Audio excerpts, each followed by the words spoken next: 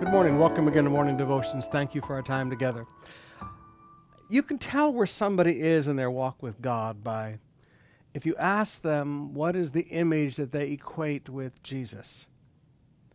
If they say, he's a child in the arms of his mother Mary.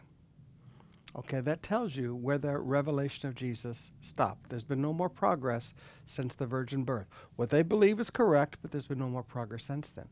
Some will say Jesus on the cross. Well, that's good and that's great and that's true, but their revelation of Jesus stopped at his suffering and his death. We need to understand that Jesus was born a child, but he didn't remain a child. He died on a cross, but he didn't stay on the cross. Jesus rose again. Now, you and I must learn to walk in the revelation of who Jesus is today, King of Kings and Lord of Lords. Listen to how John puts it in Revelation chapter 1, beginning with verse 12. When I turned to see who was speaking to me, I saw 7 golden lampstands. Those are the local churches. And in the middle of the lampstands was someone like the Son of Man. He was wearing a long robe with a gold sash across his chest. His head and his hair were white like wool, as white as snow, and his eyes were like flames of fire. His feet were like polished bronze refined in the furnace, and his voice thundered like the mighty ocean waves. He held 7 stars in his right hand, and a sharp 2-edged sword came from his mouth. And his face was like the sun in all its brilliance.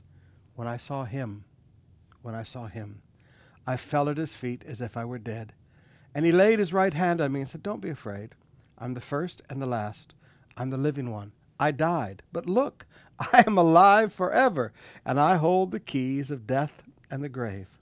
Now, brothers and sisters, if there was ever anybody who should have had a stuck revelation of Jesus, it should have been John.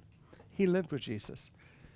He saw Jesus walk on the water. He saw the miracles of Jesus. He ate with Jesus. He prayed with Jesus. He had incredible memories.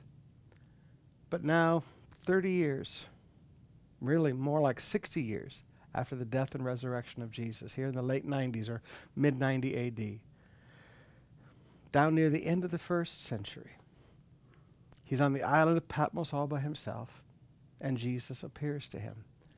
I wonder how he felt. I've often sat in my office or sat in my prayer place. And how did he feel? It's been a long time since he heard that voice. He knew that voice. How he felt as he sat there all alone in that cave, overlooking the 7 churches of Asia, because that's where he was. Persecuted for his faith. They couldn't kill him. The Roman government couldn't kill him, so they banished him to Patmos by himself. As he sat there all by himself, Jesus began to speak to him. And he accepted the revelation of Jesus saying, "John, this is who I am today. I'm no longer the carpenter. I'm no longer the guy who walks on the water. I'm no longer the guy that they can hang on a cross and kill. I was dead, but now I'm alive forevermore. And John, I'm walking among the churches today. I walk among the 7 golden lampstands. I'm here with you."